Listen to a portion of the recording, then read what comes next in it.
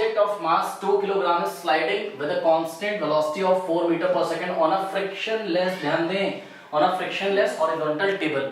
तो frictionless horizontal table का बच्चों क्या मतलब है? इसका मतलब ये देखिए, ये एक टेबल है, ठीक है, और हॉरिजॉन्टल मतलब समझ रहे हो कि इसका जो सरफेस है वो ऐसा नहीं है, वो ऐसा है। ऐसा का मतलब अर्थ के पैरेलल है। अर्थ का जो सरफेस आपको दिख रहा है, आपकी जो फर्श है, इसके ये पैरेलल है, चेक करो, ठीक है। तो ये हो गया हॉरिजॉन्टल का मतलब कि अर्थ के पैरेलल है, ठीक है भाई, बहुत बढ़िया।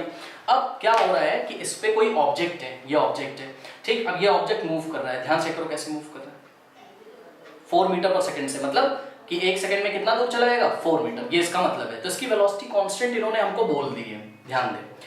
और सरफेस कैसा है, फ्रिक्शनलेस। फ्रिक्शनलेस सरफेस का मतलब ये होता है बच्चों कि आपको देखिए एक बात तो पता ही होगी कि अगर कोई ऑब्जेक्ट किसी सरफेस पे चल रहा होगा तो इस ऑब्जेक्ट के मोशन के ऑपोजिट डायरेक्शन में फ्रिक्शन काम करता है, और फ्रिक्शन की डायरेक्शन क्या होती है, अलोंग द सरफेस। मतलब अगर हम आपको इसको डायग्राम बना के दिखाएं तो कुछ ऐसा डायग्राम होगा बच्चों, ध्यान से चेक करिए। मान लीजिए कोई सरफेस है, अब इसमें कोई ऑब्जेक्ट अगर ऐसे मोशन कर रहा है तो ये जो कांटेक्ट होता है ना किसका, बॉडी का और सरफेस का, तो इस कांटेक्ट के अलोंग इधर इस डायरेक्शन में क्या लगेगा, फ्रिक्शन लगेगा, ठीक है। लेकिन जब उसने बोल दिया कि फ्रिक्शनलेस है तो फ्रिक्शन की वैल्यू कितनी हो जाएगी, फ्रिक्शनल फोर्स की वैल्यू कितनी हो जाएगी, 0 बोल दिया ना उसने, फ्रिक्शनलेस है। मतलब इतना स्मूथ टेबल का सरफेस है, और जब आपको पता है कि जब कोई सरफेस स्मूथ होता है तो वहां वो फ्रिक्शनलेस कहलाता है, मतलब वहां फ्रिक्शन की वैल्यू कितनी होती है, 0। और एक बात आपने पढ़ी है क्या कि देखिए जब कोई ऑब्जेक्ट चल रहा है, ठीक है, तो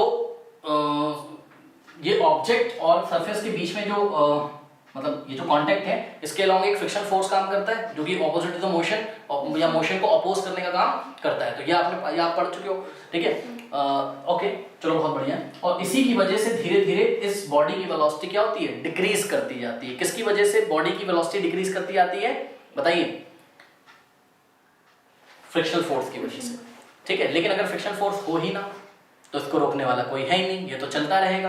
और अगर ये चलता रहेगा, ध्यान से चेक करिए, अगर ये कॉन्टिन्यूसली चलता रहेगा यूनिफॉर्म मतलब constant velocity 4 metre per second से, तो क्या आपको इसको इसी डायरेक्शन में इसी तरीके से मूव कराने के लिए किसी फोर्स की जरूरत है? मतलब फोर्स आप कैसे लगाओगे, इधर लगाओगे ना, तो बस एक बार फोर्स लगा के टक से ऐसे मार के छोड़ दिएगा, अब ये चला जा रहा है, चला, रोकने वाला कोई है ही नहीं। भाई न्यूटन की फर्स्ट लॉ में आपने यही तो पढ़ा है क्या कि अगर कोई बॉडी चल रही है तो चलते कब तक, जब तक उस पर कोई एक्सटर्नल फोर्स ना लगे। तो एक्सटर्नल फोर्स कौन लगने वाला था, फ्रिक्शन लगने वाला था, बट फ्रिक्शन है ही नहीं। अब कुछ बच्चे ये सोचेंगे इस क्वेश्चन में कि भाई एयर रेजिस्टेंस तो होगा ना, हाँ होगा, बट हम लोग एयर रेजिस्टेंस को नेग्लेक्ट कर देते हैं। और याद रखिए जब भी आपको क्वेश्चन में एयर रेजिस्टेंस की बात जब तक वो बोले ना तब तक आपको हर बार एयर रेजिस्टेंस क्या मानना है, हाँ नेग्लिजिबल मानना है, नहीं 0 मानना है। अब एयर रेजिस्टेंस को बच्चों को नहीं समझ में आ रहा होगा तो आप जब साइकिल चलाते हो ना तो आपने देखा होगा कि जो एयर के मॉलिक्यूल्स हैं वो मतलब जब हवा तेज चलती तब आपको ऐसा फील होता होगा, बट फिर भी अगर हवा तेज नहीं भी चल रही है, मतलब आपकी ऑपोजिट डायरेक्शन में नहीं भी चल रही तो कोई बात नहीं, जब आप चलते हो तो एयर के मॉलिक्यूल्स आपके मोशन को रेजिस्ट करते हो, आपको फील नहीं होता होगा, बट तेज हवा चलती तो आपको फील होता है, ठीक है। तो उसको हम एयर रेजिस्टेंस बोलते हैं, मतलब एयर के मॉलिक्यूल भी आप पे ऑपोजिट डायरेक्शन में फोर्स लगा रहे हैं और आपको चलने से रोक रहे हैं। ओके, तो यहाँ पर इस ब्लॉक को ये जो टेबल पे रखा है 4 मीटर पर सेकंड से चलता जा रहा है, इसको तो कोई रोकने वाला है ही नहीं। एयर रेजिस्टेंस हम नेग्लिजिबल अज्यूम करेंगे, मतलब एयर रेजिस्टेंस कितना मानेंगे इस क्वेश्चन में, बताइए 0। मैं लिख दे रहा हूँ, एयर रेजिस्टेंस की जब कोई बात नहीं करिए तो आप उसको कितना ले लीजिए, 0 ले लीजिए, मतलब नेग्लेक्ट कर दीजिए। एयर रेजिस्टेंस और फ्रिक्शन तो है ही नहीं। फ्रिक्शनल फोर्स कितना है, बोलिए, फ्रिक्शनल फोर्स कितना है, बोलिए 0 है। तो जब इसको रोकने वाला कोई है ही नहीं तो ये अपने स्टेट ऑफ मोशन को बरकरार रखेगी अपने इनर्शिया के कारण। ऑब्जेक्ट में कुछ मास होगा, उसके कारण इनर्शिया होगा, तो जैसे चल रही है वो वैसे ही चलती आएगी, तो वो उसी वेलोसिटी से चलती आएगी। और अगर वो ऐसे ही चलती जा रही है तो आपको इस पे कोई फोर्स इस डायरेक्शन में नहीं लगाना पड़ेगा इसको ऐसे ही चलाने के लिए। कोई डाउट है, बताइए। लेकिन ध्यान दीजिए कि अगर मान लीजिए लगातार इस पे फ्रिक्शन लगता होता है इस डायरेक्शन में तो ये इसकी वेलोसिटी को डिक्रीज करता जाता।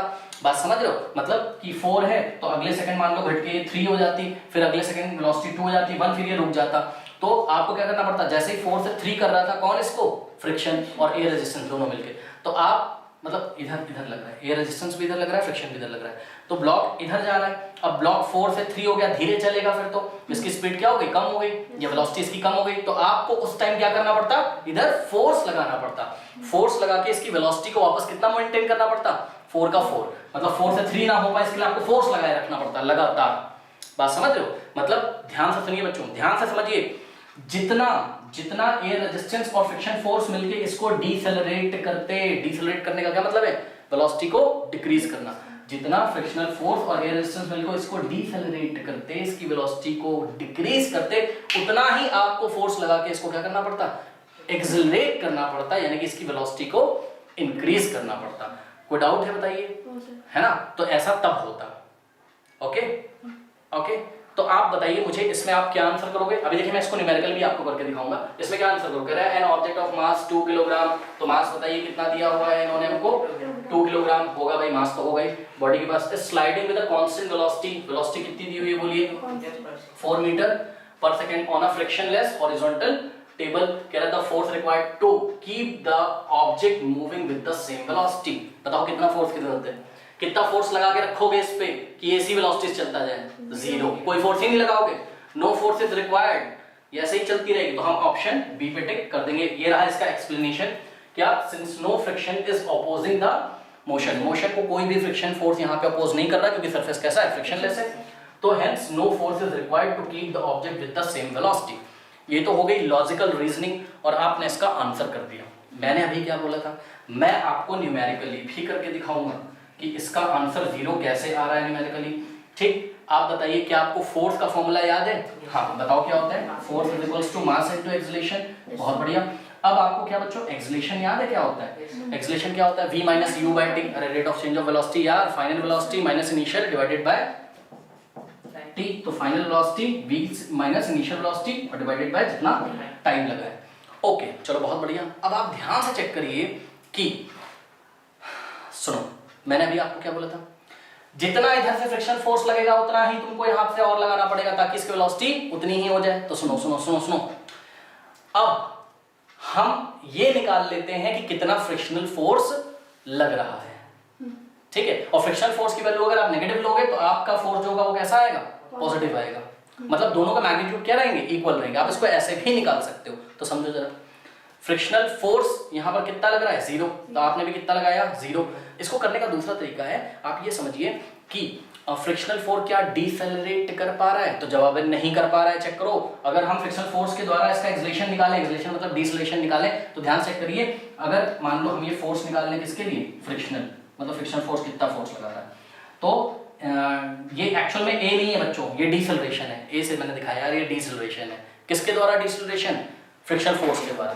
तो डिसेलरेशन आप कैसे निकालोगे, final minus initial by time. तो आप ध्यान से चेक करिए क्या कि फाइनल वेलोसिटी कितनी है, 4, इनिशियल भी कितनी है, 4, क्योंकि 4 की 4 है समय, चाहे जितना गुजर जाए। तो समय कुछ भी हो, टी की वैल्यू 1 सेकंड रखो, 2 सेकंड रखो, 3 सेकंड रखो, कुछ भी रखो, ठीक है। तो टी को मैं टी ही ले रहा हूं, उसकी वैल्यू कुछ भी हो सकती है, लेकिन v और u, देखिए v क्या है, फाइनल वेलोसिटी भी 4 है, और u क्या है, इनिशियल वेलोसिटी भी 4 है। कितने भी टाइम इंटरवल के लिए चेक करो, ऊपर क्या आ जाएगा, 0, 0.t क्या होता है, 0। तो जो डिसेलरेशन पैदा किया गया किसके द्वारा, फ्रिक्शनल फोर्स के द्वारा, वो कितना है, 0। तो फ्रिक्शनल फोर्स की वैल्यू भी यानी कि अगर हम मोटी मोटी बात करें तो आपने कितना फोर्स लगाना था इस पे, m into a, तो जितना डिसेलरेशन होगा उतना ही आपको एक्सेलरेशन देना पड़ेगा। तो आपका भी एक्सेलरेशन कितना देना पड़ेगा, 0 देना पड़ेगा, देना ही नहीं पड़ेगा। और सीधी सी बात है यार, वेलोसिटी चेंज ही नहीं हो रही तो एक्सेलरेशन क्या होगा, 0। एक्सेलरेशन होता क्या, rate of change of velocity. तो आप यहाँ एक जगह सीधे 0 रख देते, 0 into m की वैल्यू कितनी है, 2 kg, 0 into 2, आंसर क्या था, 0, 0 फोर्स लगाना पड़ेगा। आप इसको इस तरीके से भी समझ सकते थे कि फ्रिक्शनल फोर्स की अगर हम वैल्यू निकालते हैं यहाँ से, तो मास 2 रखते, एक्सेलरेशन 0 रखते, 2 into 0, 0, फ्रिक्शनल फोर्स 0 आता, और हम बोलते भैया जितना फ्रिक्शन लग रहा है वेलोसिटी को उतना ही मेंटेन करने के लिए उतना ही फोर्स हमको अपोजिट डायरेक्शन में लगाना पड़ेगा। यानी कि अगर 0 इधर लग रहा है तो इसको हम -0 से दिखा सकते हैं, तो +0 हमको इधर लगाना, मतलब समझो जरा बात को, फोर्स ही नहीं लगाना पड़ेगा। +0 -0 कुछ होता नहीं है, ये तो बस आपको तसल्ली के लिए मैंने बताया था। तो न्यूमेरिकली भी करके हमने आपको दिखा दिया और लॉजिकली भी। ओके।